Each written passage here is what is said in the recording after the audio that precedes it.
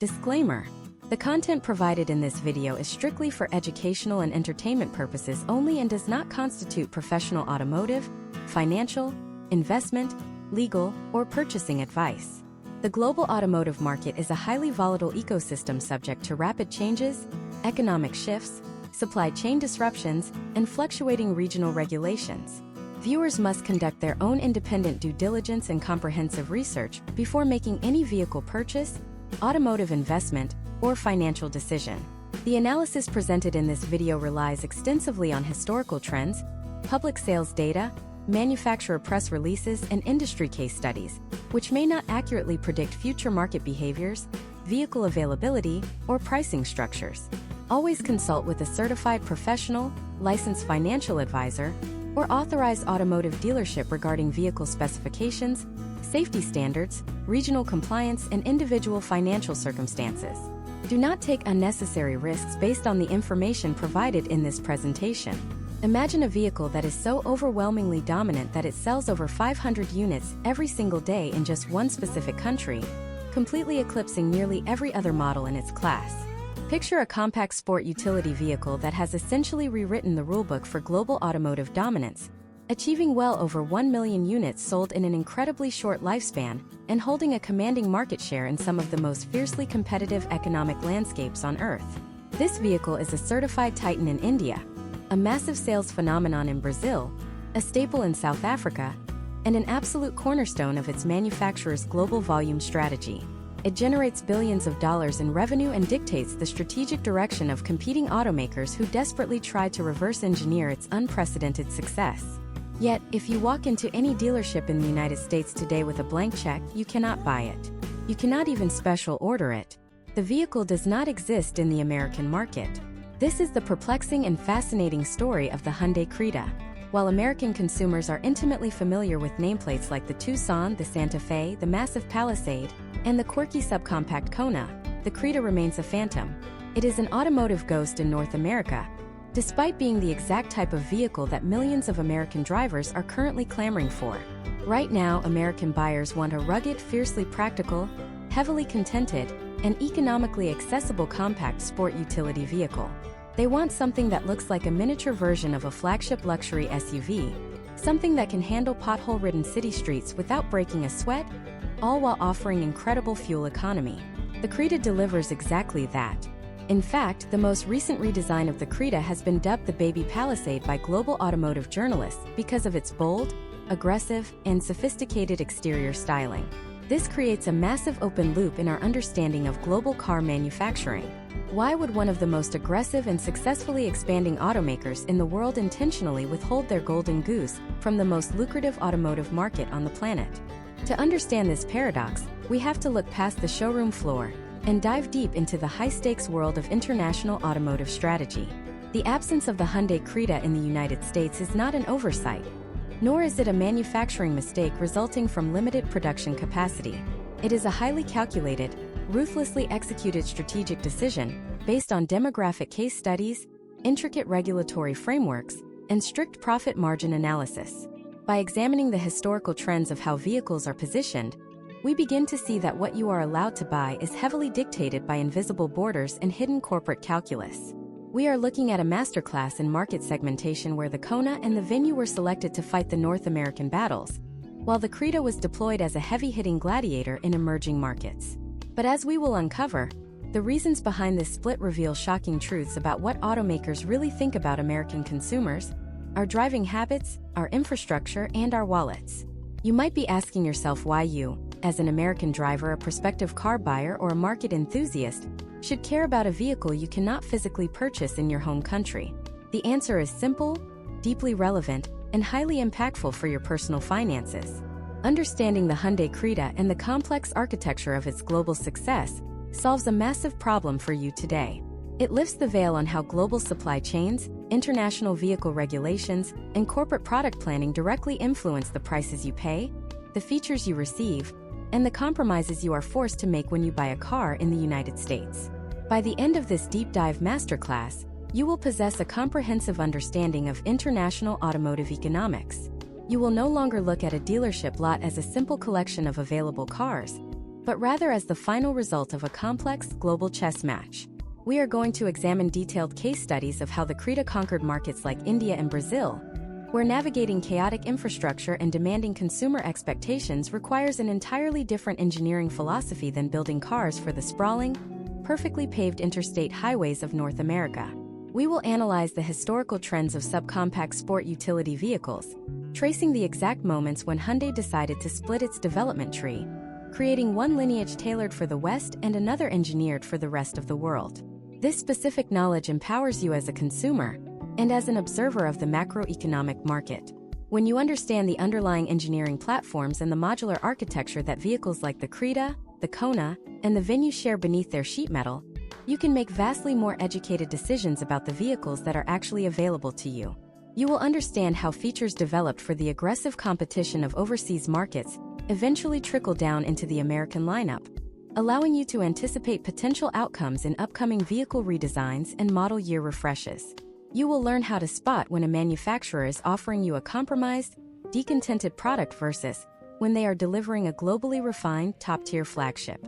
Furthermore, this analysis will equip you with the critical thinking skills necessary to evaluate other major industries where multinational corporations segment their products based on geography. The methodologies we will uncover here are universally applicable.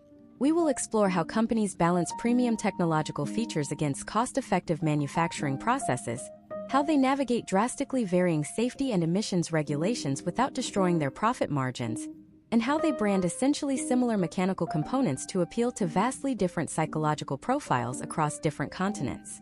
We will systematically break down the exact dimensions, the specific powertrain choices including the highly coveted hybrid systems, and the interior technology suites that make the Creta an absolute juggernaut abroad. We will look at how the vehicle's suspension geometry was explicitly tuned for punishing road conditions, a critical feature that many American drivers dealing with deteriorating local infrastructure would gladly pay a significant premium for today. We will dissect the cost analysis of bringing a foreign market vehicle into full compliance with the strict regulations of the National Highway Traffic Safety Administration and the Environmental Protection Agency, demonstrating exactly how many millions of dollars it takes to adapt a global platform for American roads. This is not a superficial overview or a brief summary of a spec sheet. We are going to rigorously scrutinize the raw sales data, evaluate the competitive landscape of the global automotive industry, and explore the psychological marketing tactics used to sell vehicles across different cultures.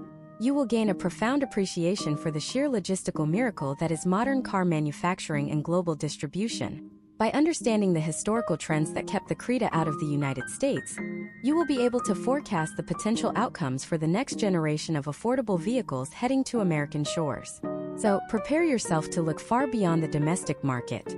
Prepare to understand the hidden economic forces that shape the global economy of transportation, because the untold story of the Hyundai Creta is the ultimate key to unlocking the truth behind every single car you see on the road today, making you a sharper, more informed, and highly strategic consumer in the modern automotive landscape. To truly grasp the magnitude of this international division, we must first break down the fundamental concept of automotive platform sharing. In the modern manufacturing landscape, car companies do not build a brand new vehicle from the ground up every time they introduce a new nameplate. That historical trend ended decades ago. Instead, they engineer modular architectural skeletons called platforms. Think of a platform as the invisible foundation of a house. You can build a sleek modern townhouse or a rugged cabin on the exact same concrete slab. Hyundai utilizes a highly versatile foundation known as the K2 platform. This engineering marvel is the hidden skeleton beneath both the Hyundai Kona, which is currently sitting in your local American dealership, and the Hyundai Creta, which is dominating sales charts across the globe. Understanding this shared DNA is the first step in our beginner concept overview of global market segmentation. Because they share this underlying architecture, the decision to give the United States the Kona instead of the Creta was not a matter of engineering capability. Hyundai could easily ship the Creta to American shores tomorrow. Instead, it was a precise, calculated psychological and demographic choice. Let us look at a practical case study. Imagine a typical American consumer named David, living in a dense urban environment like Chicago or Los Angeles in the year 2026. David represents the exact target demographic for subcompact sport utility vehicles in the United States. He navigates tight parking garages, merges onto fast-paced interstate highways, and mostly drives alone or with a single passenger. For David, Hyundai deployed the Kona. The Kona is designed with a sloping roofline, aggressive and sporty handling, and a relatively tight rear passenger area. It prioritizes aerodynamics, high-speed stability, and a driver-centric experience. It feels like a slightly elevated hatchback, engineered specifically to appeal to younger American drivers who want efficiency without sacrificing a sporty driving dynamic. Now, contrast David with a consumer in a rapidly expanding international market like India, Brazil, or South Africa. In these regions, a vehicle in this price bracket often serves as the primary mode of transportation for an entire extended family. It is not just a commuter car. It is a status symbol, a family hauler, and a workhorse that must survive incredibly diverse and often punishing road conditions. For this global consumer, the sporty sloping roofline of the Kona is not a selling point. It is a severe liability. They require maximum interior volume, generous rear headroom, and a physical design that projects strength and durability. Enter the Hyundai Creta. Despite rolling on the very same K2 platform as the Kona, the Creta is engineered with a completely different philosophy. It features a boxier, more traditional SUV silhouette. It sits taller, offering enhanced ground clearance to easily clear deep potholes, unpaved rural roads, and aggressive urban speed bumps. The interior is painstakingly maximized to ensure that 3 adults can sit in the back row with reasonable comfort, a feat the Kona struggles to achieve. The suspension is tuned not for aggressive cornering on perfectly paved American tarmac, but for absorbing heavy impacts and delivering a plush, comfortable ride over broken surfaces. This is a masterclass in demographic targeting. Hyundai realized that while the American market values sporty aesthetics and highway performance in this specific size category, the rest of the developing world demands maximum space, rugged durability, and the imposing physical presence of a much larger luxury vehicle. You might be wondering why an automaker would not simply offer both vehicles in the United States. After all, David might want the Kona, but what about an American family in 2026 looking for an affordable, spacious, entry-level SUV? This brings us to another crucial concept in our overview: market cannibalization and dealership logistics. In the high-stakes environment of American automotive sales, showroom floor space is a premium commodity. If Hyundai parked the rugged, spacious Creta right next to the sleek, sporty Kona, they would inevitably steal sales from their own lineup. The Creta is so incredibly well-packaged that it would not only cannibalize sales from the Kona, but its massive interior volume would likely tempt buyers away from the more expensive, higher-margin Hyundai Tucson. Why would a budget-conscious American family spend significantly more money on a mid-size Tucson when the subcompact Creta offers nearly identical practical interior space for thousands of dollars less? By intentionally keeping the Creta out of the United States, Hyundai carefully controls the consumer upgrade path. They force buyers who need more space than the Kona provides to step up to the more expensive Tucson or the even larger Santa Fe. This strategy protects the profit margins of their larger, more established American models. The United States market is highly mature, meaning growth is incredibly slow and intensely fought over. Every single model introduced must serve a hyper-specific purpose without stepping on the toes of its siblings. The Kona serves the entry-level urban dweller. The Venue serves the absolute bottom-dollar budget buyer. The Tucson serves the established family. In this rigid hierarchy, the Creta is simply too good, too spacious, and too competitively priced to exist without completely disrupting the carefully constructed American pricing ladder that Hyundai relies on. Furthermore, we must examine the historical trends of American consumer behavior regarding vehicle perception. For decades, the American public has associated physical size with luxury and capability. When American buyers want a traditional, boxy, rugged-looking SUV, they overwhelmingly prefer it to be physically massive. The concept of a tiny, rugged SUV has historically struggled in the United States, with only a few niche exceptions. Automakers operate on data, and the data has historically suggested that if an American is going to buy a subcompact vehicle, they want it to look like a sporty urban crossover, not a shrunken version of a heavy-duty truck. Therefore, the Kona design language was a safer bet for American sensibilities, while the miniature Palisade styling of the Creta was perfectly tailored for emerging markets where consumers desperately want the flagship SUV aesthetic, but are constrained by strict budgets and heavily congested city streets. However, the automotive landscape in 2026 is shifting violently. Economic pressures, rising interest rates, and the skyrocketing costs of new vehicles are forcing American consumers to drastically reevaluate their priorities. The traditional American obsession with massive, gas-guzzling SUVs is clashing with the harsh reality of modern personal finance. This is precisely why the absence of the Creta is becoming a highly debated topic among automotive analysts. Buyers are actively searching for maximum utility at the lowest possible price point. They are looking for vehicles that can comfortably fit child seats, carry weekly groceries, and handle deteriorating local infrastructure without demanding a massive long-term loan. The Creta offers the exact combination of practicality and affordability that millions of Americans are currently desperate for. The historical trends that justified withholding the Creta are rapidly dissolving in the face of a new economic reality. This massive shift in consumer demand raises a critical question about the future of global automotive manufacturing and potential outcomes for the American market. If the economic conditions in the United States are beginning to mirror the value-driven demands of international markets, will automakers be forced to abandon their regional segregation? To answer this, we cannot just look at consumer desire. We must look at the brutal multi-billion-dollar reality of international trade, government regulations, and factory logistics. You see, deciding to sell a car in a new country is not just about shipping it across the ocean. It involves navigating a labyrinth of complex safety standards, crash testing requirements, and environmental mandates that can completely obliterate a vehicle profit margin overnight. In fact, the very features that make the Creta so wildly profitable in places like India and Brazil could make it a financial disaster if it were abruptly introduced to the American market without massive, fundamental engineering changes.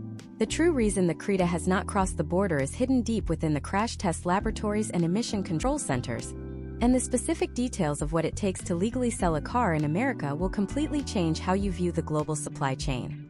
To legally sell a vehicle in the United States, an automaker must navigate one of the most punishing and expensive regulatory gauntlets on the planet, a process known in the industry as homologation. This is not simply a matter of filling out paperwork or paying an import tariff at the border.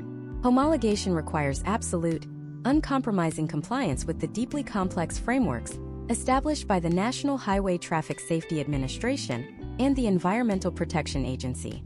When Hyundai engineers a vehicle like the Creta for massive markets in India, Brazil, or South Africa, they are building to a completely different set of legal safety and environmental parameters. This is not to imply that the Creta is inherently unsafe or structurally deficient. Rather, it is perfectly optimized for the specific legislative requirements, typical driving speeds, and economic realities of its target demographics. But the United States operates on a radically different standard, and modifying a global vehicle to meet that specific standard is an incredibly brutal and high-stakes financial undertaking. Imagine if a prospective buyer named Sarah, living in suburban Texas in the year 2026, walks into a dealership looking for a budget-friendly family vehicle. Sarah expects certain non-negotiable standards without even thinking about them. She assumes the vehicle has a highly advanced structure capable of withstanding the specific small overlap frontal crash test mandated by the Insurance Institute for Highway Safety. She expects a comprehensive suite of advanced driver assistance systems, sophisticated curtain airbags that deploy at specific milliseconds based on velocity sensors, and a front bumper designed with precise pedestrian impact mitigation standards required by American law. For the Hyundai Creta to legally park in Sarah's driveway, the manufacturer cannot just ship the international model over the ocean and change the speedometer to miles per hour. They would have to literally tear the vehicle down to its bare metal skeleton and systematically re-engineer the entire structural safety cage to absorb impacts in the exact manner prescribed by American regulators. Let us look at a historical trend regarding the homologation of international vehicles. Historically, when automakers attempt to force a global market vehicle into the United States without a fundamental ground-up redesign, the financial results are often catastrophic. The cost of reinforcing the A-pillars, upgrading the high-strength steel side impact beams inside the doors, recalibrating the entire airbag sensor network, and redesigning the front fascia to meet American pedestrian safety mandates often runs into the hundreds of millions of dollars. We can examine specific case studies from the past 2 decades where European and Asian manufacturers tried to federalize their overseas models, only to realize that the mandatory engineering costs completely erased their projected profit margins. By the time they added the necessary heavy-duty structural reinforcements and advanced optical sensors, the vehicle weighed significantly more, handled poorly due to the altered center of gravity, and cost thousands of dollars more to produce. Hyundai is acutely aware of this historical trend. They know that altering the versatile platform of the Creta to pass the rigorous 2026 American crash standards would require a staggering, unjustifiable capital investment. Beyond the physical crash structure, we must also dive deeply into the incredibly complex world of exhaust emissions and engine technology. The Environmental Protection Agency enforces some of the strictest nitrogen oxide and particulate matter restrictions in the entire world, and the regulations are becoming increasingly severe every single year. The powertrains that make the Creta so remarkably successful overseas are brilliantly engineered for their specific environments. In many international markets, the Creta is highly sought after with extremely efficient, naturally aspirated four-cylinder engines or exceptionally torquey diesel options. These engines are incredibly durable, cheap to manufacture, easy to maintain in remote areas, and highly resistant to varying qualities of local fuel, which is exactly what consumers in emerging markets demand. However, these specific engines were never designed to meet the suffocating emission targets of the American market.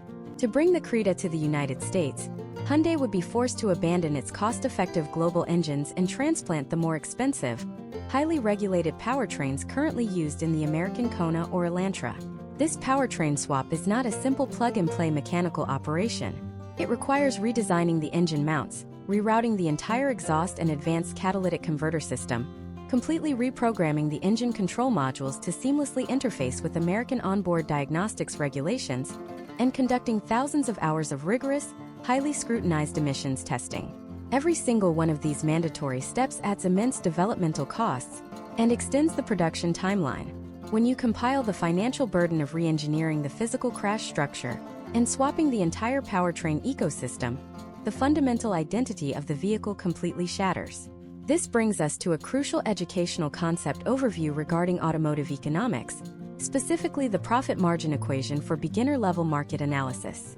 The entire massive appeal of the Hyundai Creta is its status as an incredible, unbeatable bargain. It offers massive interior space, rugged capability, and aggressive styling at an entry-level price point. But if Hyundai is forced to spend $500 million federalizing the Creta for the United States, they absolutely cannot absorb that massive developmental cost. They must pass it directly to the consumer to maintain their profit margins. Suddenly, that affordable, budget-friendly SUV is no longer cheap. Once you add the astronomical cost of American safety compliance, American emission standards testing, and the logistical nightmare of importing the vehicle, the final retail price of the Creta would skyrocket exponentially. It would completely leapfrog the affordable Kona and land exactly at the same premium price point as the heavily equipped Hyundai Tucson. If an American consumer is faced with buying a heavily modified, compromised subcompact Creta or a larger, naturally designed midsize Tucson for the exact same amount of money, market data proves they will choose the Tucson every single time. Therefore, spending the money to bring the Creta to America is a mathematically proven financial loss for the manufacturer. This is the invisible corporate calculus that strictly dictates what you are actually allowed to buy.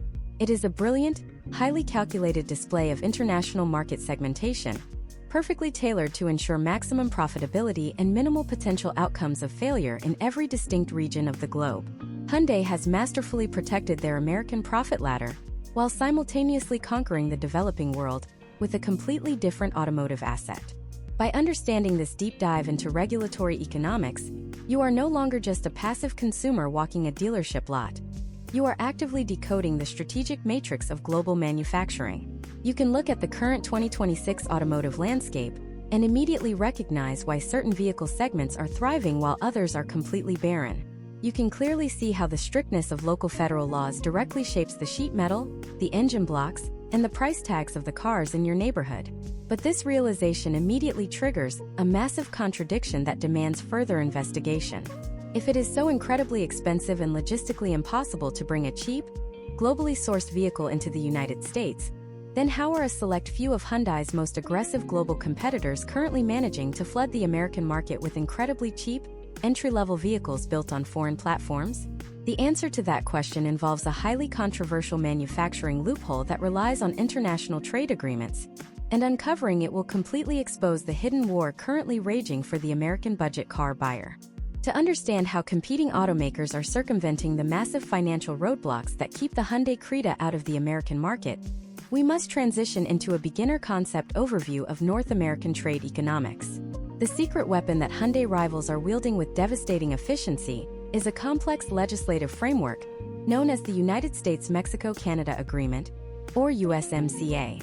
This sweeping international trade deal fundamentally rewrote the rules of automotive manufacturing, creating a massive, legally sanctioned bypass around the traditional financial penalties of importing foreign-built vehicles. To truly grasp the magnitude of this strategy, we must view it through the lens of a highly specialized education in supply chain logistics. If we were to map this out within the United States academic system of macroeconomics, we would see that by strategically positioning massive assembly plants just south of the United States border in Mexico, multinational corporations can engineer incredibly cheap, entry-level vehicles and funnel them directly into American dealerships without paying the crushing tariffs that normally destroy the profit margins of imported budget cars. The mechanics of this loophole are both brilliant and ruthless, and examining them provides a fascinating look into modern corporate strategy.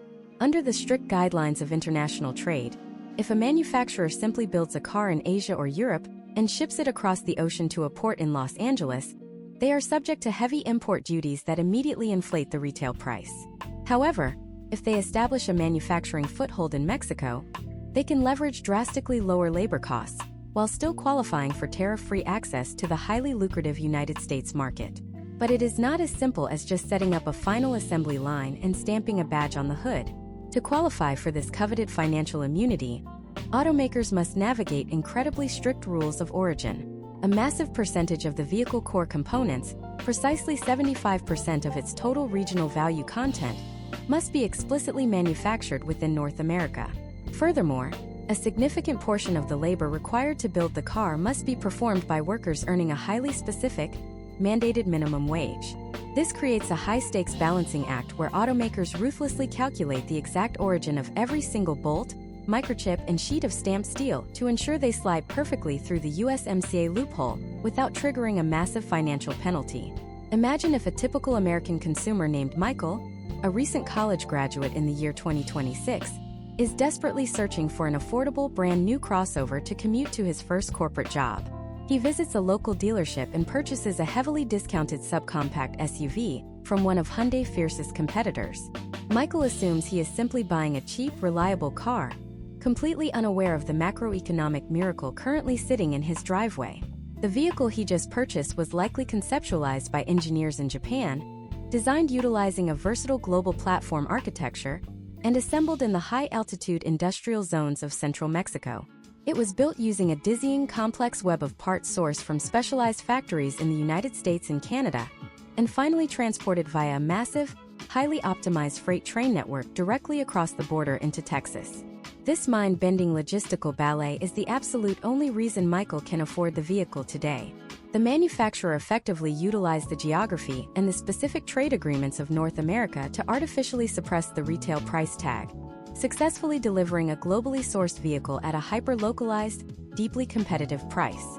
So, if this cross-border strategy is so incredibly lucrative for competing brands, why has Hyundai not simply replicated this exact manufacturing model to bring the massively successful Creta to the United States? The answer lies in analyzing the historical trends of corporate investment and the massive multi-billion-dollar commitments Hyundai has already made to American infrastructure. While competitors were aggressively expanding their manufacturing footprint in Mexico specifically to build budget cars, Hyundai took a drastically different, highly concentrated approach to the North American market. Over the past 2 decades, they poured billions of dollars into constructing massive, state-of-the-art manufacturing facilities in Alabama and Georgia. These domestic plants are absolute industrial powerhouses, but they are highly optimized for producing premium, high-profit margin vehicles like the mid-size Santa Fe, the massively popular Palisade, and a rapidly expanding fleet of cutting-edge electric vehicles. Hyundai executives fundamentally decided that their highly skilled, well-compensated American workforce should be entirely focused on building flagship products that generate massive corporate revenue, rather than tying up incredibly valuable, high-tech assembly lines to produce low-margin, budget-friendly vehicles like the Creta. To suddenly pivot their corporate strategy and attempt to build the Creta in North America, Hyundai would face 2 mathematically impossible choices. They could attempt to build it in their existing Alabama plant, which would immediately and completely obliterate the low price point of the Creta due to the vastly higher costs of domestic American manufacturing, the strict labor union standards, and the staggering cost of retooling the established assembly lines. Or, they could attempt to build a brand new multi-billion-dollar factory in Mexico specifically dedicated to the Creta. However, extensive case studies in international automotive expansion aggressively prove that the capital required to break ground on a new international facility takes well over a decade to fully recoup. In the highly volatile, unpredictable automotive market of 2026, committing billions of dollars to a dedicated internal combustion engine factory in Mexico for a single subcompact SUV is an incredibly dangerous financial gamble. Hyundai ran the complex predictive models and realized that the potential outcomes of such a massive capital investment were far too risky. They chose instead to fiercely protect their established North American hierarchy, relying on the South Korean-built Kona to adequately fill the entry-level gap, while strategically deploying the Creta strictly in emerging markets where they already possess the deeply entrenched, localized manufacturing infrastructure necessary to build it at an absolute rock-bottom cost. Furthermore, we must deeply analyze the intricate, highly fragile nature of the global Tier 2 supplier network to truly understand the impossibility of a North American Creta. A vehicle like the Creta is not just built by Hyundai in a vacuum. It is a highly complex composite of thousands of individual parts, manufactured by thousands of independent suppliers.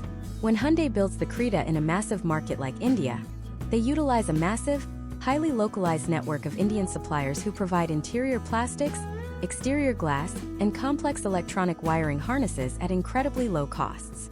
If Hyundai suddenly decided to build the Creta in North America to satisfy the United States market, they absolutely could not simply import all of those cheap Indian parts across the ocean.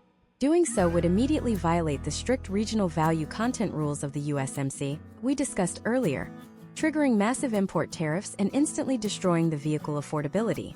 They would be forced to completely sever ties with their established, highly cost-effective overseas suppliers and painfully rebuild an entirely new, geographically compliant supply chain utilizing heavily regulated North American companies.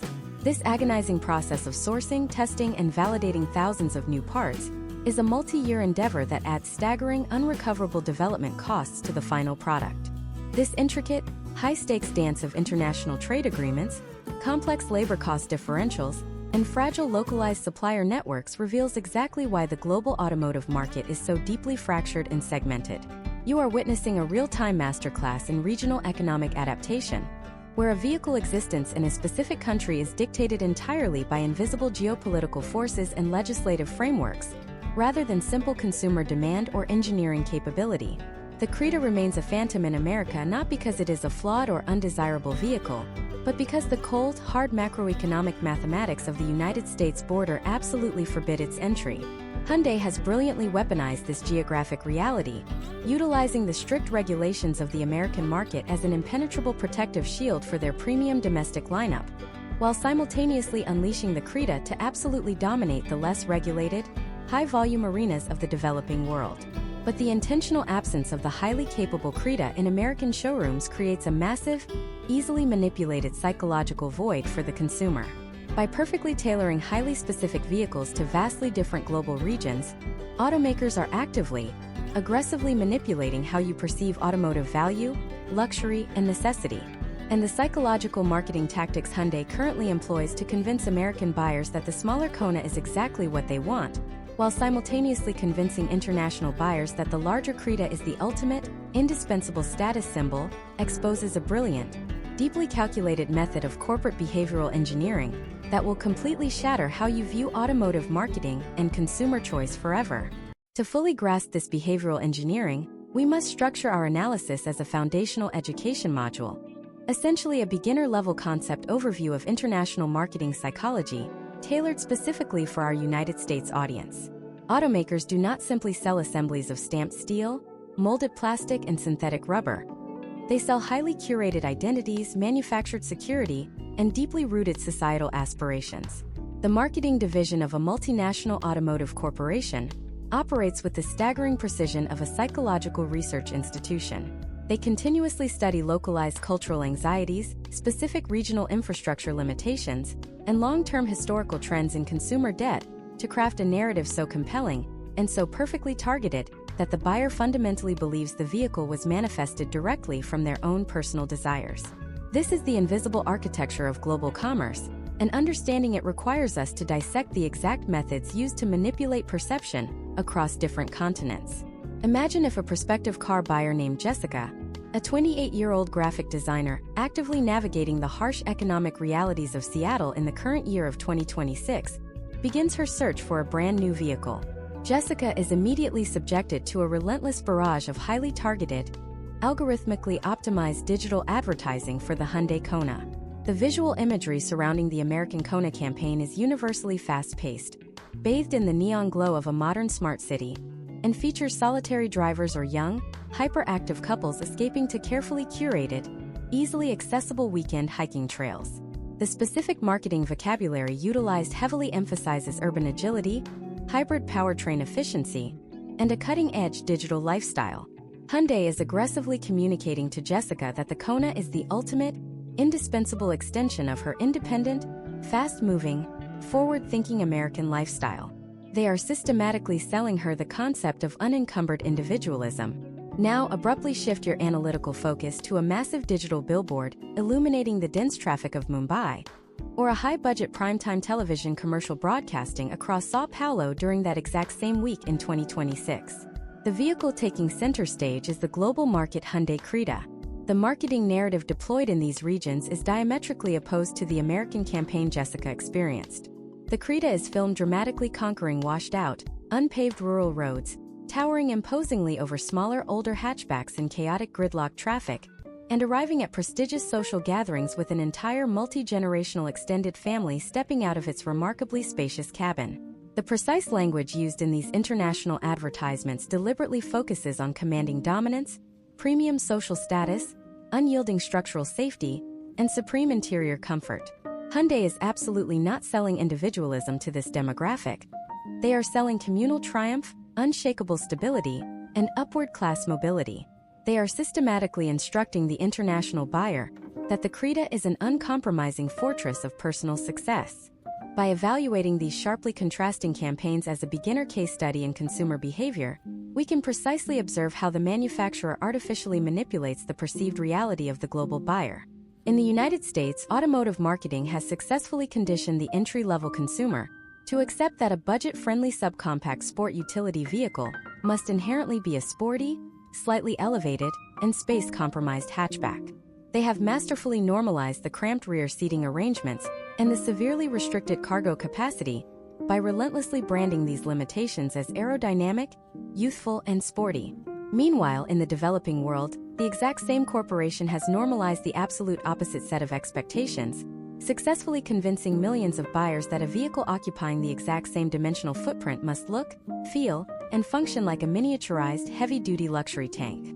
We must ask ourselves why a massive corporation would expend tens of millions of dollars to meticulously maintain this strict bifurcation of their global marketing strategy. The answer is deeply rooted in the protection of their highly lucrative, established domestic product hierarchy. If American consumers like Jessica suddenly became comprehensively aware of the Creta, a heavily contented vehicle offering the rugged, imposing dominance and cavernous interior space of the international marketing campaigns, but offered at the exact same affordable price point as her localized Kona, the entire psychological illusion of the American dealership lot would instantly shatter. The carefully constructed pricing ladder of the United States market relies entirely on the consumer remaining blissfully isolated from global alternatives. The manufacturer must ruthlessly maintain a strict informational quarantine. If Jessica physically interacts with the Creta, she immediately ceases to view the Kona as a premium, agile urban crossover, and instantly begins to perceive it as a strategically decontented, deliberately undersized, and grossly overpriced compromise. We can easily validate this phenomenon by analyzing historical trends in consumer satisfaction data and cross-border automotive forum discussions.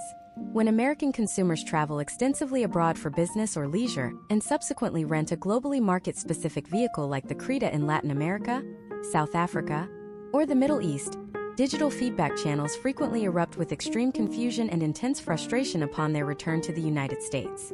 They physically experience the commanding, elevated seating position, the remarkably generous rear legroom that comfortably accommodates adults, and the incredibly robust, heavy-duty suspension system engineered for the global vehicle. They immediately question why their vastly more expensive domestic market vehicles feel so drastically less substantial, less practical, and highly compromised by comparison. This entirely organic consumer revelation is the exact, highly dangerous scenario that corporate product planners and marketing executives spend vast fortunes attempting to prevent.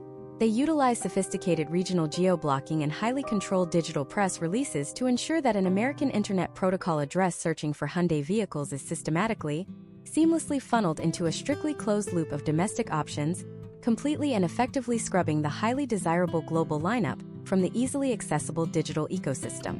Let us dive even deeper into the specific visual semiotics of these two distinct vehicles to understand precisely how this psychological manipulation is physically manufactured directly into the sheet metal. The exterior design language of any vehicle serves as its first and undeniably most potent psychological weapon. The American market Kona features a highly polarizing, hyper-futuristic front fascia characterized by radically split headlights and a cascading aerodynamic grille that aggressively slopes downward toward the pavement. It is purposefully designed to visually mimic a lightweight, high-tech athletic shoe. It projects an aura of nimble, electrified speed. Conversely, the global market Creta utilizes a remarkably traditional, universally respected design philosophy. It features a massive, vertical, heavily chromed front grille that directly mimics the exact visual signature of the massively expensive, flagship Hyundai Palisade.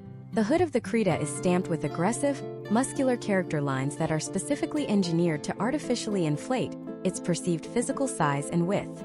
The wheel arches are heavily flared, and the roofline remains rigidly flat, aggressively resisting the sloping coupe trend in order to completely maximize interior headroom and project the undeniable, classic silhouette of a traditional, full-size sport utility vehicle. This highly intentional visual manipulation directly, measurably impacts the perceived monetary value of the vehicle in the mind of the consumer. Within the United States market, automakers have historically conditioned the buying public to subconsciously associate the traditional, upright, boxy sport utility vehicle shape with premium capability and exorbitant pricing. If an American buyer desires a vehicle that genuinely looks like a heavy-duty truck or a luxurious family hauler, they are fully expected to pay a massive premium, effectively forcing them to step up to larger models that easily exceed $40,000. By intentionally restricting the highly desirable, boxy, aggressive styling of the Creta strictly to international borders, Hyundai ruthlessly protects the premium visual status and the massive profit margins of their larger American vehicles like the Tucson and the Santa Fe. They mathematically ensure that the entry-level American buyer must financially accept a softer, more car-like design, heavily reinforcing the psychological barrier that true, imposing SUV ruggedness is a highly exclusive luxury feature strictly reserved for significantly higher income brackets. This meticulously enforced geographic segmentation represents the ultimate, invisible tax levied daily upon the American car buyer. It is absolutely not a legislative tax paid to the federal government, but a purely psychological tax paid directly into the corporate hierarchy. You are continuously paying a premium for the carefully curated illusion of choice. You are repeatedly told by sophisticated marketing algorithms that the Kona is the absolute optimal, flawlessly engineered solution for your specific demographic, and because the highly superior alternative of the Creta is kept completely hidden behind an invisible geographic wall, you possess absolutely no realistic baseline for comparison. The corporate behavioral engineering is executed so flawlessly that millions of highly educated American consumers willingly finance vehicles that completely misalign with their actual daily utilitarian needs, simply because the absolute ideal tool for the job was purposefully and strategically hidden from them. We have now thoroughly deconstructed the intense psychological warfare, the deliberate visual manipulation, and the strict informational quarantine that successfully keeps the United States consumer permanently locked into a highly specific, heavily manipulated purchasing path. We have definitively proven that the strategic absence of the Creta from American shores is an absolute masterpiece of global corporate market segmentation. However, the sheer physical design language and the localized marketing narratives only represent the most superficial, easily observable layers of this massive global automotive discrepancy. The true, undeniable heartbreak for the American budget car buyer occurs when we actually unlock the heavy steel doors of the global Hyundai Creta and meticulously examine the highly advanced technological ecosystem housed within its spacious cabin. When we peel back the complex layers of the global electronics supply chain and rigorously analyze the specific, hyper-advanced interior features that are currently being installed as standard equipment in entry-level vehicles destined for the congested streets of New Delhi and Johannesburg, features that are actively, purposefully being stripped away from or completely denied to the American market in the exact same price bracket, the reality of the situation becomes incredibly stark and frustrating. Because sitting right there in the center console of the global Hyundai Creta is a highly specific, drastically inexpensive piece of integrated technology that completely and fundamentally revolutionizes the daily driving experience, a critical feature that American consumers are currently being forced to pay thousands of dollars extra to obtain only in top-tier luxury vehicles, and discovering exactly what this missing, highly coveted technology actually is will profoundly and permanently change your expectations of every single car interior you ever sit in for the rest of your life. The highly coveted technology resting inside the center console of the global Hyundai Creta is a fully integrated, high-performance auto healthy air purifier system, operating in seamless synchronization with a multi-stage ventilated front seating array, and its inclusion in an entry-level budget vehicle completely shatters the established American automotive pricing matrix. To truly comprehend why this is so revolutionary, we must examine the specific engineering and the psychological impact of these features. In the American market, if you desire a vehicle with an integrated, intelligent air purification system that actively monitors cabin toxicity, you are almost exclusively forced to evaluate top-tier luxury vehicles from European manufacturers or heavily optioned flagship SUVs that easily exceed $60,000. Yet, inside the affordable global Creta, Hyundai has engineered a highly sophisticated, localized HEPA-grade filtration system directly into the center console armrest. This is not a simple, passive cabin air filter hidden behind the glove box. It is an active, prominent piece of technology featuring a dedicated digital display screen that provides real-time air quality index readings directly to the passengers. It actively scrubs the cabin air of microscopic particulate matter, volatile organic compounds, and dangerous exhaust pollutants that are prevalent in heavily congested urban environments. Coupled directly with this advanced respiratory technology is the fully ventilated front seating system. Through a network of high-speed, ultra-quiet microfans hidden deep within the seat architecture, the Creta actively pulls ambient cabin air through meticulously perforated premium upholstery, rapidly lowering the core body temperature of the driver and passenger. In the United States automotive hierarchy, ventilated seating is notoriously weaponized by manufacturers as the ultimate luxury gatekeeper. It is heavily utilized to force consumers into buying the absolute highest, most expensive trim levels of a specific vehicle line. Let us analyze a practical case study to illustrate this massive discrepancy. Imagine an American consumer named Robert, living in the punishing extreme heat of Phoenix, Arizona in the year 2026. Robert is purchasing a domestic Hyundai Kona. Because he is adhering to a strict budget, he can only afford the mid-level trim. When Robert sits in his brand new Kona, he is instantly greeted by a row of completely blank, unpressable plastic panels located right next to his gear selector. These blank panels are exactly where the ventilated seat buttons would be if he had spent an additional $8,000 to upgrade to the premium trim. In the highly calculated realm of automotive behavioral psychology, these blank buttons serve as a permanent, daily punishment. They are a constant, glaring physical reminder to Robert of his financial limitations and a brilliant corporate strategy designed to artificially induce buyer remorse, ensuring that his next vehicle purchase will inevitably be a more expensive model. However, if a global consumer in New Delhi or Sao Paulo purchases a Hyundai Creta at the exact same equivalent price point that Robert paid for his mid-level Kona, they do not receive blank plastic panels. They receive a fully populated, highly advanced technological command center. They receive the ventilated seats, the integrated air purification system, and an entirely different standard of daily comfort. This drastic divergence in interior philosophy extends far beyond the front seats. We must conduct a deep dive into the completely different cultural expectations regarding rear passenger accommodation. In the American market, a subcompact crossover like the Kona or the Venue is fundamentally engineered as a driver-centric vehicle. The rear seats are heavily compromised, often functioning as a cramped penalty box featuring upright, non-adjustable seatbacks, severe legroom restrictions, and an abundance of hard, unforgiving interior plastics. Automakers know from historical trends that American buyers in this specific segment rarely transport adult passengers in the second row for extended periods.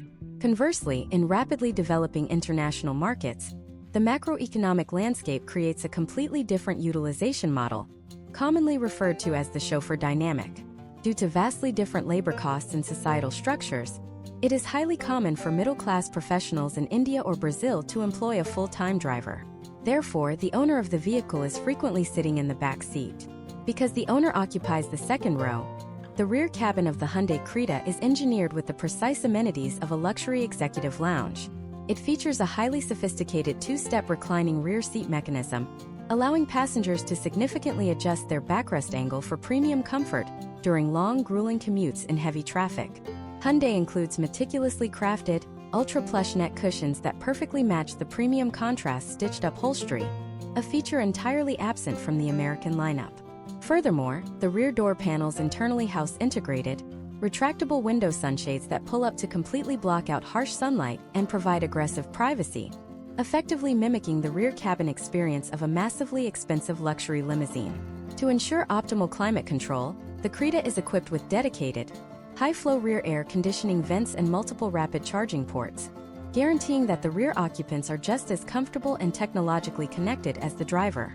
To crown this luxurious interior ecosystem, the global Creta features a massive voice-enabled smart panoramic sunroof. While American entry-level vehicles occasionally offer a tiny, traditional standard sunroof that barely covers the front row, the Creta utilizes a colossal sheet of highly engineered, reinforced acoustic glass that stretches across nearly the entire roofline of the vehicle, flooding the expansive cabin with natural light and completely eliminating any feeling of claustrophobia. The integration of advanced voice recognition software allows the driver or passengers to simply speak a command to retract the massive glass panel, a level of frictionless, high-tech convenience that American buyers are systematically trained to associate exclusively with premium luxury branding.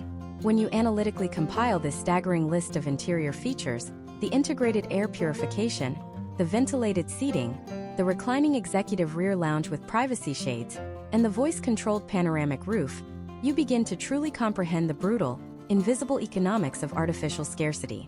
If Hyundai were to suddenly authorize the inclusion of these heavily coveted, highly premium features into their entry-level $20,000 American vehicles, it would completely collapse their meticulously structured domestic profit ladder. They would immediately trigger the catastrophic cannibalization of their own premium inventory. Why would an American buyer ever agree to finance a $40,000 Hyundai Tucson or a $50,000 Santa Fe, if they could obtain the exact same opulent, executive-level interior amenities in a vastly cheaper, incredibly practical subcompact crossover? The strategic withholding of the Creta from the United States is a flawless execution of market protectionism. By utilizing strict geographical boundaries, the manufacturer successfully dictates your absolute baseline of expectations. They mathematically ensure that the American consumer remains entirely ignorant of just how much technological value and physical comfort can genuinely be manufactured into a budget-friendly vehicle. You are being aggressively conditioned to accept less equipment for substantially more money, all while the global buyer is treated to an uncompromising, feature-dense masterpiece. This revelation regarding the interior technology manipulation is deeply frustrating, but the psychological and economic warfare completely escalates when we exit the luxurious cabin and physically lift the hood of the vehicle. Because the engines currently powering the global Creta, specifically an incredibly durable, massively high-torque powertrain option that has been strictly and permanently banned from American dealership lots, reveal a terrifying, high-stakes truth about global fuel economies, regulatory strangulation, and the real reason you are paying a fortune at the gas pump today. Hyundai Creta facelift, more features and updated design. This video provides a detailed, real-world perspective on the exact interior features, technological updates and premium cabin experience of the Hyundai Creta facelift, perfectly illustrating the high-end amenities discussed in this deep dive. Hyundai Creta facelift, more features and updated design. Faisal Khan YouTube. Faisal Khan 908K views. AI Creta facelift, perfectly illustrating the high-end amenities discussed in this deep dive. Hyundai Creta facelift, more features and updated design. Faisal Khan YouTube.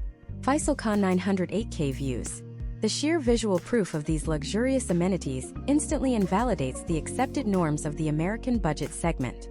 But to truly comprehend the magnitude of this geographic discrepancy, we must shift our focus away from the luxurious interior, step outside the vehicle, and physically unlatch the heavy steel hood of the global Hyundai Creta.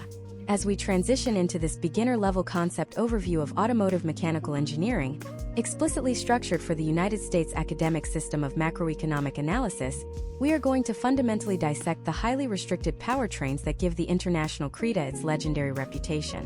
What sits inside that engine bay represents a masterclass in localized market adaptation, and it simultaneously exposes the brutal, invisible regulatory strangulation that forces the American consumer to pay drastically more money for significantly less mechanical efficiency.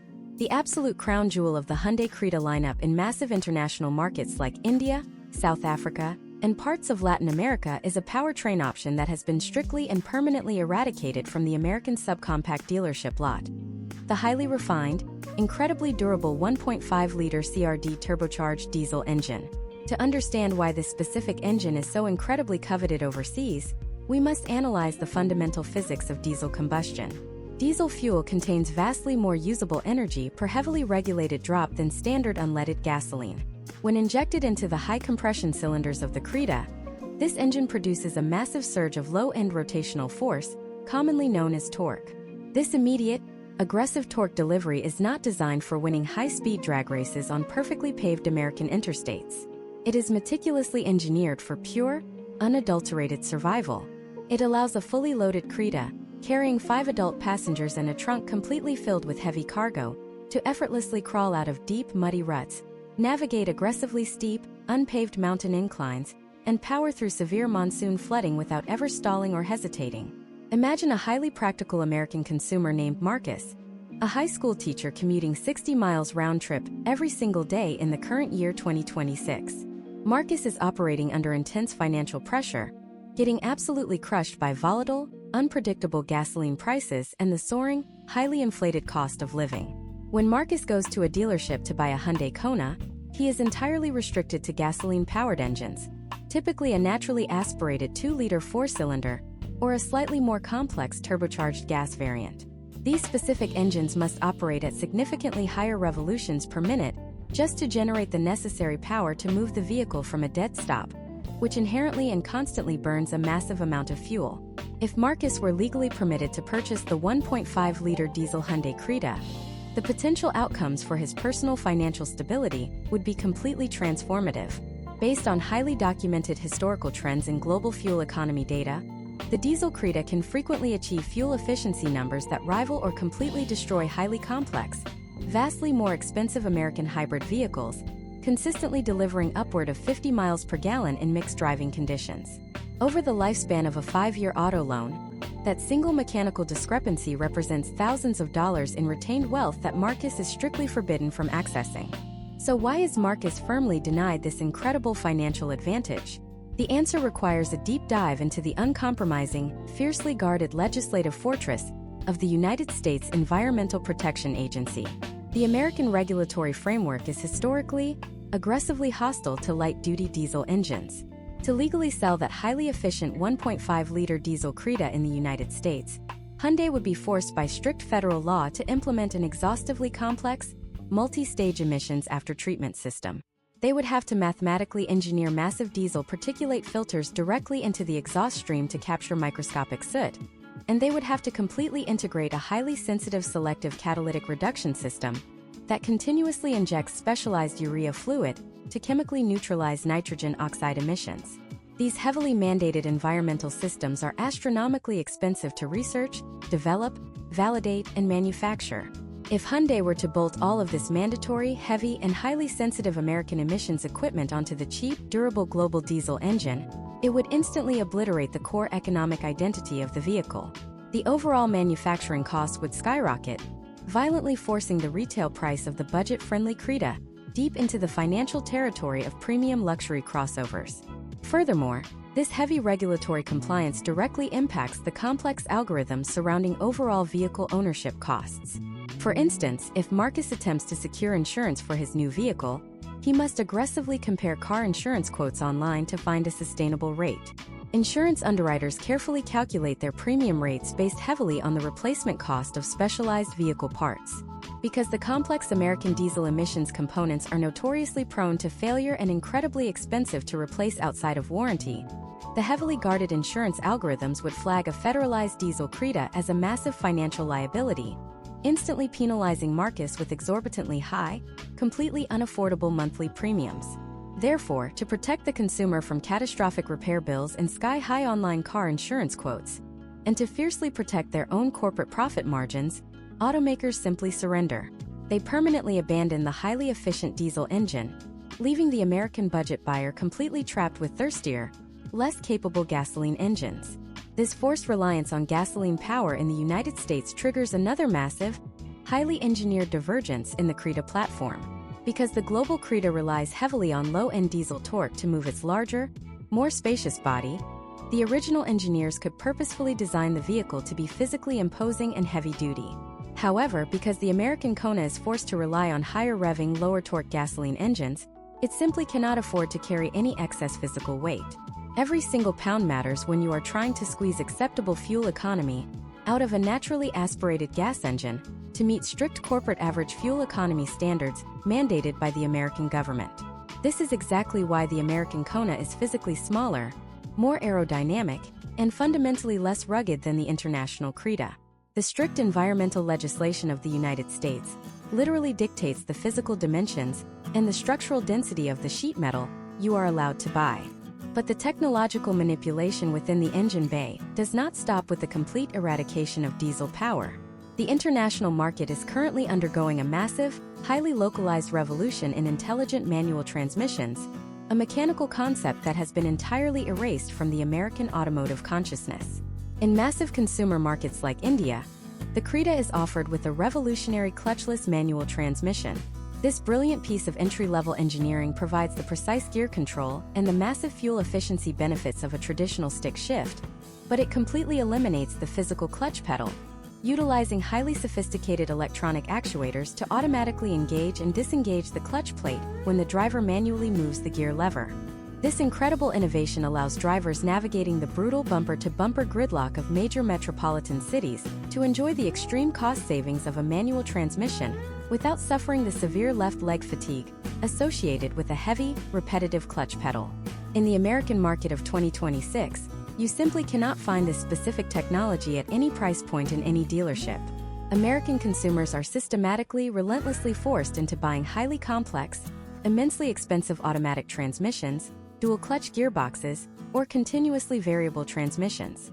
These American market gearboxes are incredibly heavy, incredibly expensive to manufacture, and absolutely catastrophic to repair if they fail mechanically outside of the strict warranty period. By intentionally keeping the highly durable, incredibly cheap clutchless manual transmission completely out of the United States, the manufacturer brilliantly forces the American consumer to continuously finance vastly more expensive mechanical components. This is absolutely not a matter of American consumers organically demanding automatic transmissions. It is a meticulously orchestrated corporate strategy to ensure that the baseline entry price for an American vehicle remains artificially inflated by thousands of dollars right from the factory floor. We have now deeply exposed the invisible, highly restrictive borders that mathematically dictate engine performance, maximum fuel economy, and transmission technology. We have definitively proven that the American driver is actively denied the most durable, highly cost-effective mechanical solutions available on the entire global market due to an impenetrable wall of environmental legislation and highly calculated corporate profit mapping. You are continuously paying a premium for gasoline engines that completely lack the heavy-duty torque required for true, uncompromised utility, and you are forced to legally finance highly sensitive automatic transmissions while the rest of the developing world actively enjoys brilliant, low-cost engineering workarounds. But the absolute most shocking engineering revelation of the Hyundai Creta is not found in the luxurious cabin, and it is certainly not hidden deep within the highly localized engine block. The true, undeniable genius of this global juggernaut, and the exact reason why it can effortlessly survive in punishing environments that would completely destroy a standard American crossover in a matter of weeks, lies completely out of sight, bolted directly to the heavy steel undercarriage of the vehicle. When we systematically analyze the raw, heavily reinforced metallurgy and the highly specialized geometric angles of the global Creta suspension system, we will completely uncover a masterclass in extreme environmental survival engineering, and discovering exactly what this specific vehicle is physically built to withstand will leave you absolutely speechless regarding the delicate fragility of the cars currently parked in American driveways today. To truly comprehend this engineering marvel, we must formally categorize this segment of our deep dive as a strict education module, functioning specifically as a beginner-level concept overview designed for the United States academic system. We are going to analyze the raw, unforgiving physics of vehicular ground contact. When you look at the lower half of a domestic American subcompact crossover like the Hyundai Kona, you are looking at a suspension system explicitly engineered for perfectly paved suburban cul-de-sacs and smooth, high-speed interstate highways. The control arms are often cast from lightweight aluminum to strictly maximize fuel economy. The shock absorbers are tuned for a stiff, sporty, hyper-responsive ride, and the crucial underbody components are frequently left exposed or covered by flimsy aerodynamic plastic shields. This delicate, lightweight architecture is perfectly acceptable in a theoretical world of flawless infrastructure. But in the harsh, unpredictable reality of global driving conditions, this Americanized suspension geometry is an absolute liability. The global Hyundai Creta, however, is mechanically conceptualized as an armored survival capsule. The engineers responsible for its undercarriage did not optimize for aerodynamic drag coefficients or high-speed cornering stability on a track. They optimized for extreme, punishing endurance. They raised the physical ground clearance of the Creta to an imposing height, completely dwarfing the localized American alternatives. This massive elevation is not merely a cosmetic enhancement designed to make the vehicle look more rugged. It is a critical mathematical calculation regarding approach and departure angles. When a vehicle encounters a severe obstacle, such as a massive, jagged pothole, a steep, unpaved incline, or a sudden dramatic change in road elevation, the specific angle at which the front bumper meets the obstacle determines whether the vehicle will simply roll over it or violently smash its internal radiator to pieces. The Creta features aggressively truncated front and rear overhangs, meaning the wheels are pushed as far to the extreme corners of the chassis as mechanically possible. This highly specialized geometry allows the vehicle to attack steep inclines and deeply rutted terrain without ever scraping its delicate front fascia or tearing off its rear exhaust components. Let us visualize this brutal mechanical reality through a highly specific case study. Imagine an American consumer named Emily, a traveling healthcare worker navigating the rapidly deteriorating, heavily patched infrastructure of the American Midwest in the current year 2026. Emily is driving a standard American market subcompact crossover. During a heavy, blinding rainstorm, she accidentally drives into a massive, water-filled pothole completely hidden in the darkness. The kinetic energy generated by the heavy impact travels violently upward through her lightweight aluminum wheel, instantly shattering the cast aluminum lower control arm, violently bending the delicate tie rod, and completely blowing out the pressurized hydraulic strut. Her vehicle is immediately rendered undrivable, violently dragging its damaged wheel against the wheel well. She is completely stranded in the storm, facing an absolutely catastrophic, multi-thousand-dollar repair bill that her standard automotive insurance might completely refuse to cover, categorizing it as an at-fault collision with a road hazard. The potential outcomes for Emily are financially devastating, heavily disrupting her career and draining her savings. Now abruptly shift this exact scenario to a massive, densely populated metropolitan area in the developing world during a severe seasonal monsoon. A driver piloting the global Hyundai Creta hits an identical, or perhaps even vastly deeper, submerged crater at the exact same velocity. The kinetic energy still travels violently upward, but instead of encountering brittle, lightweight aluminum, the impact is immediately absorbed by a massive, heavy-duty stamped steel lower control arm. This dense, highly reinforced metallurgy is specifically engineered to bend slightly under extreme, catastrophic stress, rather than completely shattering like cheap glass. The impact energy is then transferred directly into a specialized, long-travel suspension strut featuring aggressively reinforced, heavy-duty mounting plates bolted directly to the hardened steel chassis. The vehicle shudders violently, but the incredibly durable suspension components remain entirely intact. The driver simply continues their commute, completely avoiding the catastrophic mechanical failure that instantly destroyed the American vehicle. In this specific education category presentation, we can confidently state that the problem field for the Creta owner remains entirely blank. The vehicle successfully neutralized the environmental hazard, keeping the driver safe, mobile, and financially secure. This incredibly robust durability extends far beyond the front wheels. When we meticulously examine the rear suspension architecture of the Creta, we discover a brilliant, highly cost-effective engineering solution that has been extensively tested in the most unforgiving environments on Earth. While many premium American vehicles heavily market the inclusion of highly complex, incredibly delicate multi-link independent rear suspension systems designed to provide sports car handling. The Creta proudly utilizes a massive, remarkably simple, heavily reinforced high-tensile steel torsion beam axle.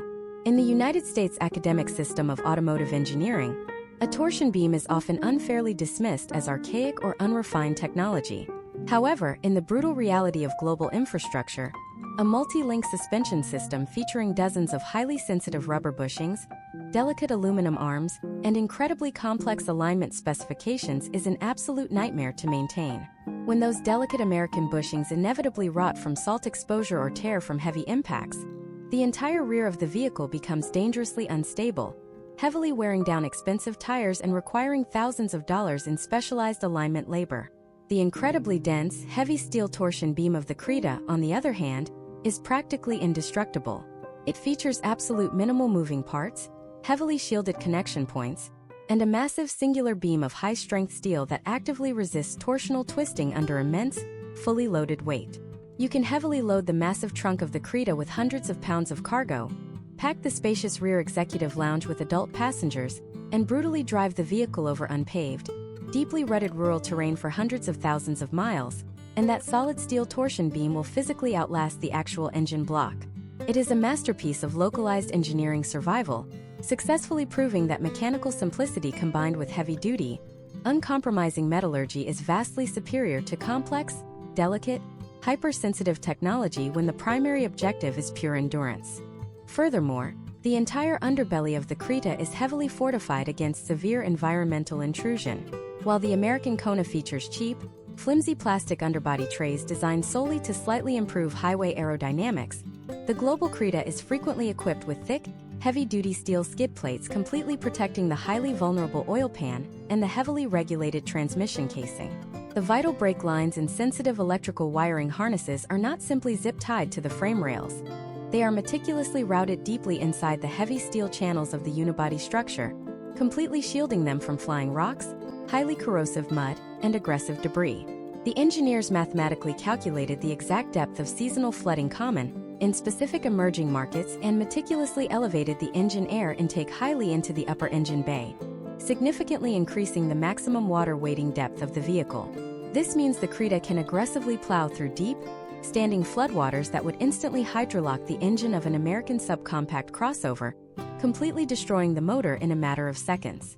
When you continuously stack these highly specific, heavily reinforced engineering decisions on top of each other, the elevated ground clearance, the aggressive approach angles, the heavy-duty stamped steel control arms, the indestructible torsion beam axle, the heavy steel underbody skid plates, and the highly elevated water wading capability, you realize that the Hyundai Creta is not just a cheap, budget-friendly family vehicle.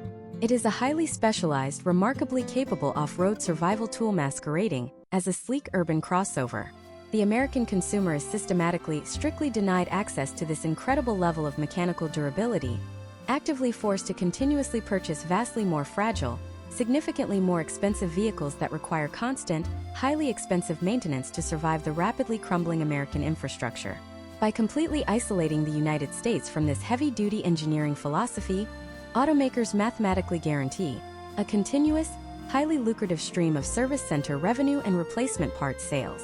But this unbreakable, tank-like physical durability creates a massive, unprecedented ripple effect in the global macroeconomic landscape.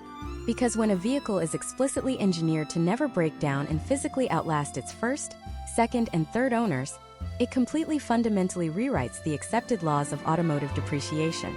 And when we aggressively analyze the astonishing, deeply calculated financial life cycle of the Hyundai Creta in the secondary used car market, we will completely expose the final, ultimate corporate secret regarding why this specific vehicle represents an absolute mathematical impossibility for the deeply controlled, highly manipulative American automotive economy. To truly understand the absolute mathematical impossibility of the Hyundai Creta existing within the United States market, we must transition into a rigorous economic analysis of vehicular depreciation. In the United States academic system of macroeconomic theory, depreciation is often taught as an unavoidable natural phenomenon, a simple byproduct of mechanical wear and tear. We present this specific education category analysis as a beginner concept overview to completely dismantle that myth. In the heavily controlled American automotive landscape of 2026, Severe depreciation is absolutely not a natural occurrence. It is a highly calculated, deliberately engineered corporate financial instrument designed to force consumers into an endless, inescapable cycle of continuous debt. The American automotive economy relies completely on planned obsolescence. The vehicles are mathematically engineered with highly complex, incredibly fragile electronic and mechanical components that possess a strictly calculated lifespan, typically designed to fail catastrophically shortly after the expiration of the standard factory warranty. Consider the historical trends of the American lease cycle. The entire financial architecture of an American dealership is heavily predicated on turning over inventory every 36 to 48 months. They desperately need the original owner to return the vehicle just as it begins to exhibit significant mechanical degradation. Imagine if a consumer named James, living in an expanding suburb of Dallas, Texas in the year 2026, purchases a highly complex, technologically dense American market crossover. The moment James signs the finalized paperwork and physically drives the vehicle off the dealership lot, the macroeconomic algorithms dictate that the car instantly loses up to 20% of its total financial value. Over the next 3 years, James will diligently make massive monthly payments, heavily subsidized by a high-interest auto loan, only to discover that by year 4, the highly sensitive multi-link suspension we discussed earlier requires a massive overhaul, and the fragile continuously variable transmission is exhibiting severe hesitation. Because these repairs are astronomically expensive and the vehicle is no longer protected by the manufacturer warranty, James is financially cornered. The vehicle has aggressively depreciated, often losing up to 50% of its original retail price, creating a scenario where he possesses severe negative equity.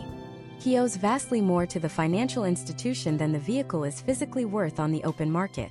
This specific financial crisis forces James to trade the rapidly failing vehicle back to the dealership at a massive loss, rolling his negative equity into a brand new loan for a brand new vehicle, completely restarting the highly lucrative corporate debt cycle. Now abruptly contrast this engineered American financial trap with the deeply fascinating secondary market dynamics of the global Hyundai Creta. Because the global Creta is fundamentally engineered as an indestructible survival capsule, utilizing the heavy-duty, uncompromising metallurgy we analyzed previously, it actively and violently rejects the American concept of planned obsolescence. It does not suffer catastrophic suspension failure at 60,000 miles. Its heavy-duty torsion beam axle and highly durable global engines routinely surpass 200,000 miles with nothing more than basic, inexpensive fluid changes. In our structured education category, if we were to map the long-term ownership experience of a global Creta, the designated problem field representing catastrophic mechanical failure remains entirely blank. The vehicle simply refuses to die. This extreme mechanical durability triggers a highly disruptive economic phenomenon in emerging markets. Because the global consumer fundamentally trusts the bulletproof reliability of a used Creta, the demand for second-hand models remains astronomically high. When a family in Brazil or India decides to sell their 5-year-old Creta, they do not face the catastrophic 50% depreciation cliff that completely devastates the American consumer. Instead, historical trends in these specific global markets consistently demonstrate that the Creta retains an incredibly massive percentage of its original purchase value. In some highly volatile economic regions experiencing severe currency fluctuations or massive inflation, a heavily used Creta can occasionally appreciate in value, actively selling on the secondary market for vastly more money than it originally cost brand new. The vehicle stops functioning simply as a depreciating mode of transportation and actively transforms into a highly stable, completely tangible financial asset. It acts as an impenetrable hedge against inflation, protecting the wealth of the family that owns it. This incredible financial stability represents the exact reason why the Creta is mathematically forbidden from entering the United States market. The American automotive industry is fundamentally structured as a highly efficient machine designed to extract maximum, continuous capital from the consumer through the service and parts departments. Industry case studies conclusively prove that automotive dealerships generate a significantly massive portion of their total operational profit, not from the initial sale of the new vehicle, but from the highly lucrative finance and insurance offices and the incredibly expensive service bays located at the rear of the building. If Hyundai were to suddenly introduce a massively affordable heavy-duty, virtually indestructible $20,000 sport utility vehicle into the American ecosystem, it would completely starve the dealership service centers. If the incredibly robust suspension never requires specialized alignment, if the heavy-duty transmission never requires a catastrophic rebuild, and if the advanced digital sensors are kept to an absolute minimum to prevent electrical failure, the dealership loses its primary source of continuous high-margin revenue. The Creta would fundamentally disrupt the entire economic foundation of the American franchise dealership model. Furthermore, the presence of an indestructible entry-level vehicle would completely shatter the artificial upgrade cycle. If an American consumer like James could purchase a heavy-duty Creta that effortlessly survives 10 to 15 years of brutal commuting without ever presenting a massive repair bill, he completely exits the automotive buying market. He is no longer trapped in the continuous 3-year lease cycle. He is no longer forced to roll negative equity into a new loan. He achieves complete automotive financial independence. This potential outcome is the absolute worst-case scenario for a multinational automotive corporation operating within a highly mature, heavily saturated market like the United States. They absolutely cannot afford to sell you a vehicle that permanently solves your transportation needs for a decade or more. They are financially obligated by their massive institutional shareholders to ensure that you constantly remain an active, desperately repeating customer. The invisible border that keeps the Creta out of the United States is constructed not just of strict environmental regulations and complex crash testing mandates, but of deeply entrenched corporate financial self-preservation.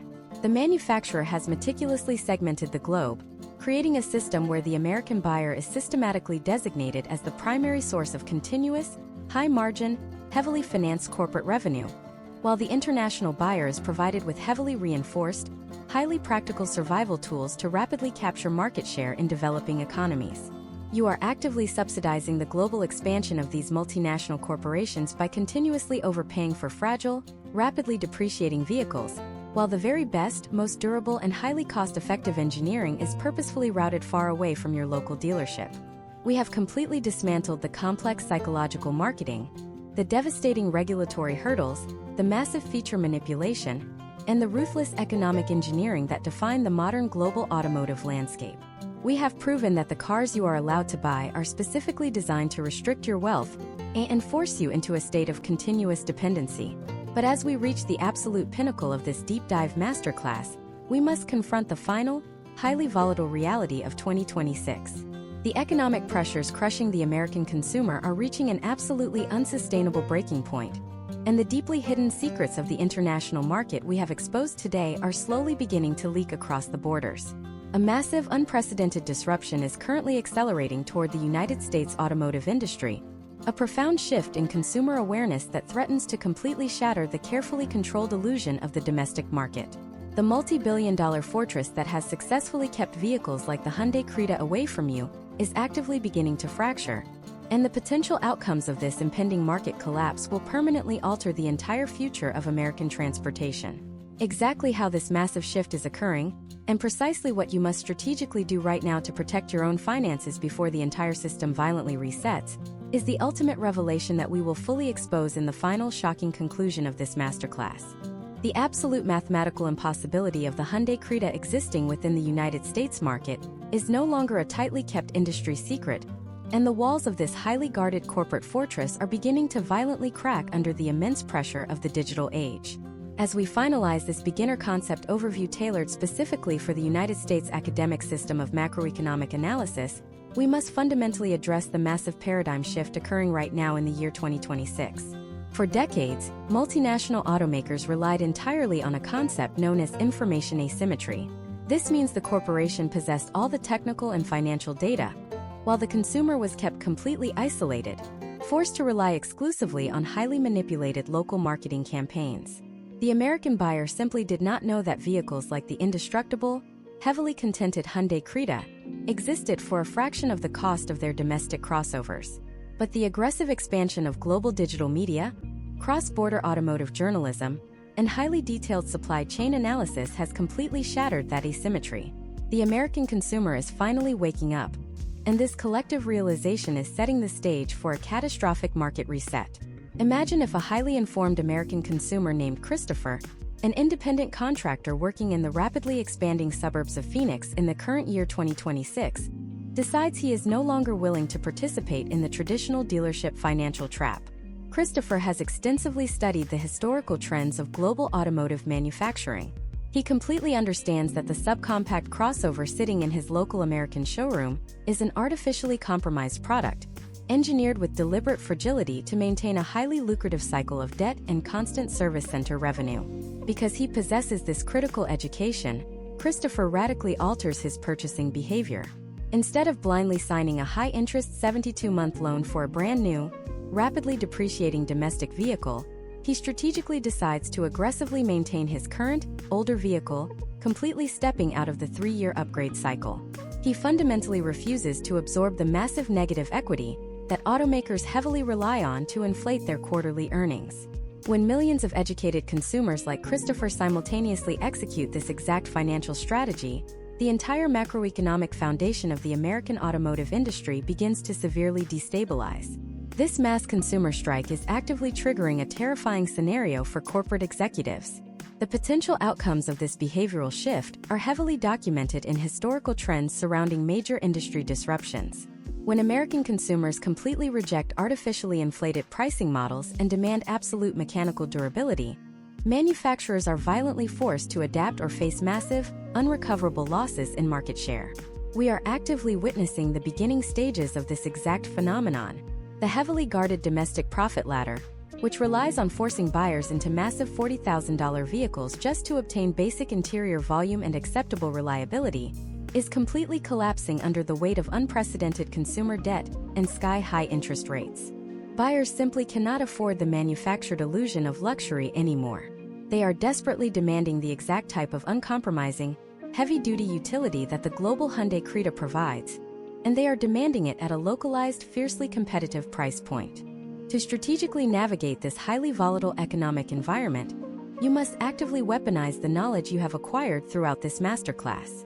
Your primary financial defense mechanism is absolute patience and rigorous analytical scrutiny. When you walk into an American dealership in 2026, you must completely ignore the highly polished marketing narratives and critically evaluate the physical metallurgy, the underlying platform architecture, and the specific technological omissions of the vehicle in front of you. You must ask yourself if the vehicle features the robust, heavy-duty suspension geometry necessary to survive your daily commute, or if it is heavily reliant on fragile, lightweight components designed strictly to pass federal fuel economy tests at the absolute expense of long-term durability. You must actively search for signs of artificial scarcity, identifying exactly where the manufacturer intentionally installed blank plastic panels to punish you for not purchasing the hyper-inflated luxury trim. By systematically removing the emotional manipulation from the purchasing process and viewing the vehicle strictly as a highly depreciating mechanical liability, you immediately reclaim your financial leverage.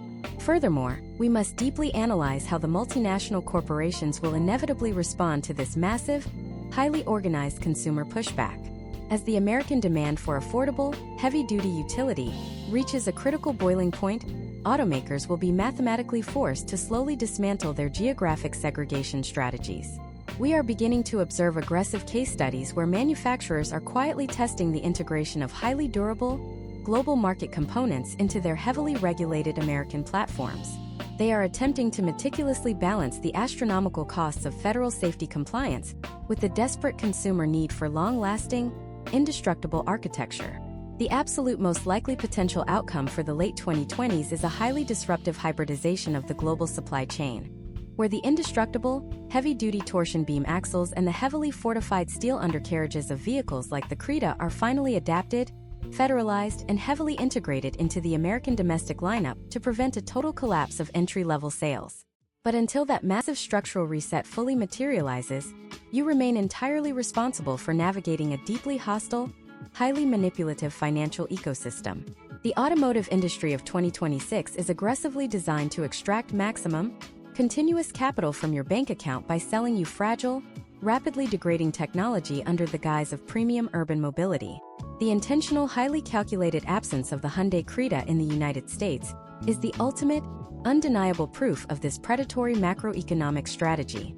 It definitively proves that the highly capable, incredibly durable, and massively affordable vehicles you desperately need actually do exist in the physical world.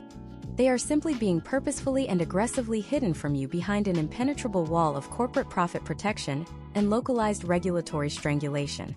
By comprehensively understanding exactly how these invisible geographic borders dictate the engines you are legally permitted to drive, the interior technologies you are allowed to experience, and the precise mechanical durability you are forced to finance, you instantly elevate yourself above the massive, heavily manipulated general public. You are no longer a passive target for localized behavioral marketing algorithms. You are a highly informed, deeply strategic economic actor, capable of completely rejecting the artificial upgrade cycle and fiercely protecting your personal wealth from the relentless, multi-billion-dollar machinery of planned obsolescence. The education you have received today completely shatters the illusion of the modern dealership lot, forever changing how you perceive the value, the engineering, and the true hidden cost of every single vehicle traveling on American roads today. However, this deep dive into the concealed architecture of international automotive manufacturing only exposes one specific sector of a vastly larger, immensely more terrifying global monopoly. While we have meticulously dismantled the mechanical and psychological borders that restrict your access to affordable internal combustion vehicles, a completely different, infinitely more ruthless corporate war is currently raging over the fundamental resources required to power the next century of global transportation. The exact same multinational entities that successfully kept the Hyundai Creta out of your driveway are currently executing a highly aggressive, heavily concealed master plan to completely monopolize the raw, rare earth materials necessary for electric vehicle battery production, and they are utilizing incredibly dark, deeply alarming geopolitical strategies to ensure that the American consumer remains permanently trapped in an entirely new, vastly more expensive cycle of energy dependency. The shocking details of how these corporations are silently carving up the absolute most resource-rich continents on the planet, and exactly how their deeply hidden supply chain monopolies will forcefully dictate the absolute maximum distance you are physically allowed to travel in the very near future, represents a macroeconomic conspiracy so incredibly massive that it will completely redefine the concept of human mobility. That highly classified, multi-trillion-dollar resource war is exactly what we are going to aggressively tear apart and fully expose in the very next masterclass.